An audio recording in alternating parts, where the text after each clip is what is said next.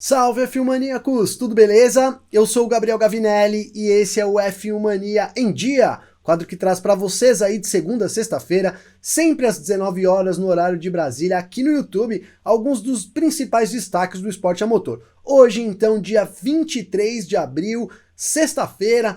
Pois é, chegamos ao fim aí de mais uma semana, lembrando que nesse final de semana tem estreia da Stock Car, tem também rodada dupla aí da Fórmula E em Valência, então fique ligado aqui no f1mania.net que você vai ter tudo aí em primeira mão com a equipe da F1 Mania, tá legal? Mas o vídeo de hoje eu vou falar aqui sobre uma grande cartada que a Red Bull apresentou então nesta sexta-feira e isso pode fazer muita diferença para a equipe lá no futuro, a equipe que agora começa a produzir, né, já tem ali em Milton Keynes o seu quartel-general para produção de motores. Esse é o tema do vídeo de hoje. Já peço para você então que você curta esse vídeo, compartilhe aí esse conteúdo também. Se você não é inscrito, inscreva-se no canal e eu volto então depois da vinheta.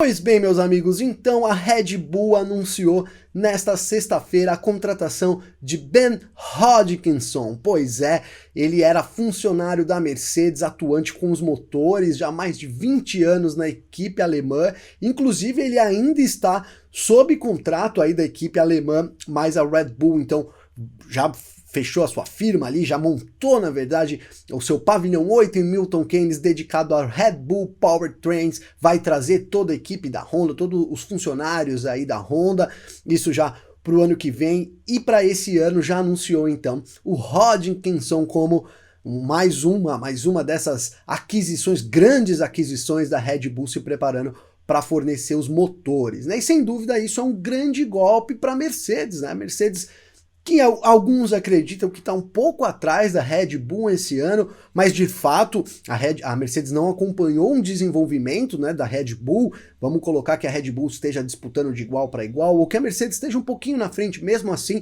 de um ano para outro a Red Bull soube usar melhor as regras, e agora, então, a gente teve no começo do ano ali congelamento dos motores. Por isso a Red Bull continua com a Honda até 2025, e é quando então ela começa a produzir os seus motores. 2025 tem alguns anos aí para preparar todo o seu setor de motores, já que a gente tem esses motores congelados, né? Então, como eu ia dizendo, isso afeta muito a Mercedes. Por quê? Porque, na verdade, o Hodgkinson estava lá desde sempre.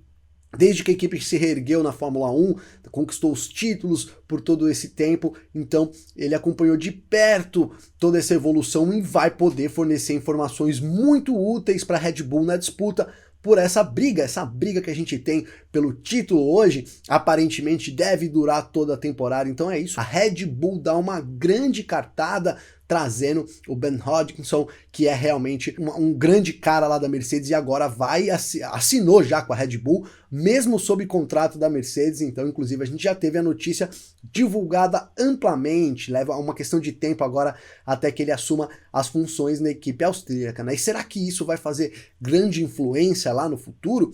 Provavelmente a gente vai descobrir.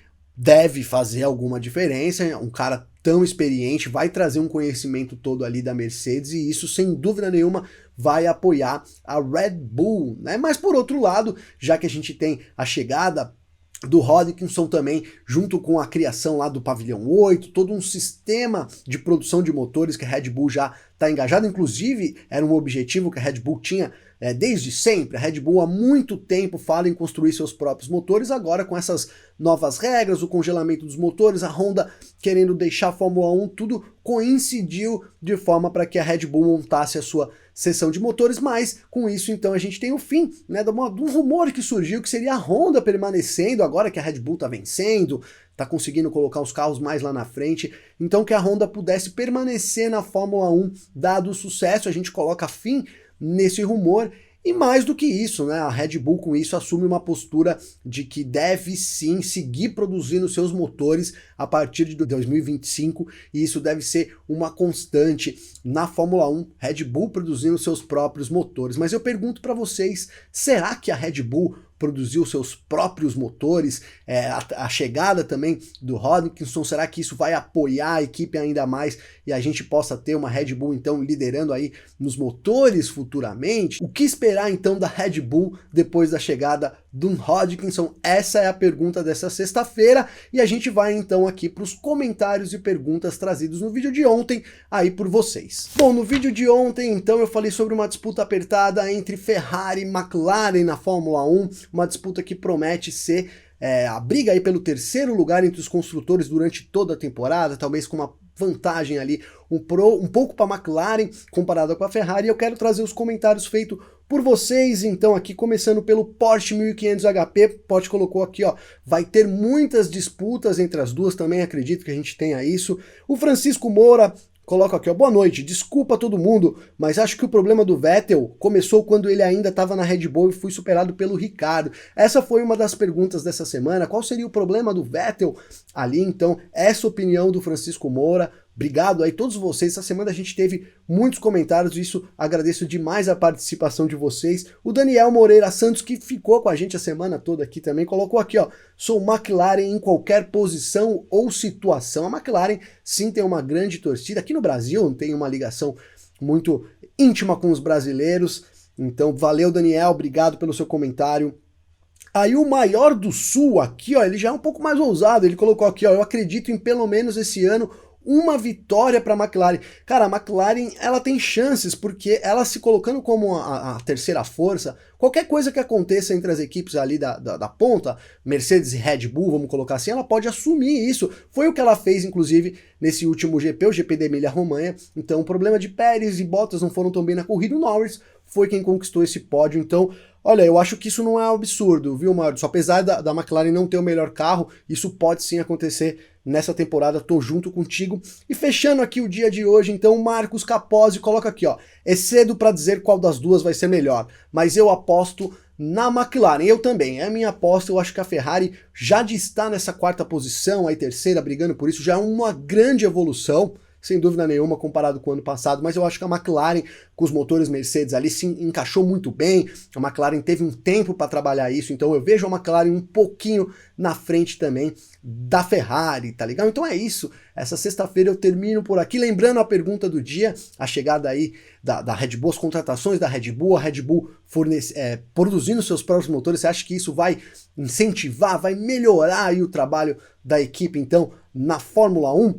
Tá legal? Agradeço demais a participação de vocês durante toda essa semana. Eu volto na semana que vem com mais destaques aí do esporte a motor. Relembrando para vocês, então, esse final de semana tem rodada dupla da Fórmula E em Valência e também rodada dupla ali no domingo da Stock Car em Goiânia, estreia da temporada 2021 com Tony Canaan e Felipe Massa na pista, tá legal? Então é isso, agradeço vocês. Vocês que ficaram comigo até agora, então curtam esse vídeo, compartilhem esse conteúdo, se não é inscrito no canal, inscreva-se aqui abaixo que eu volto na segunda-feira com mais destaques do esporte a motor. Um grande abraço e até mais!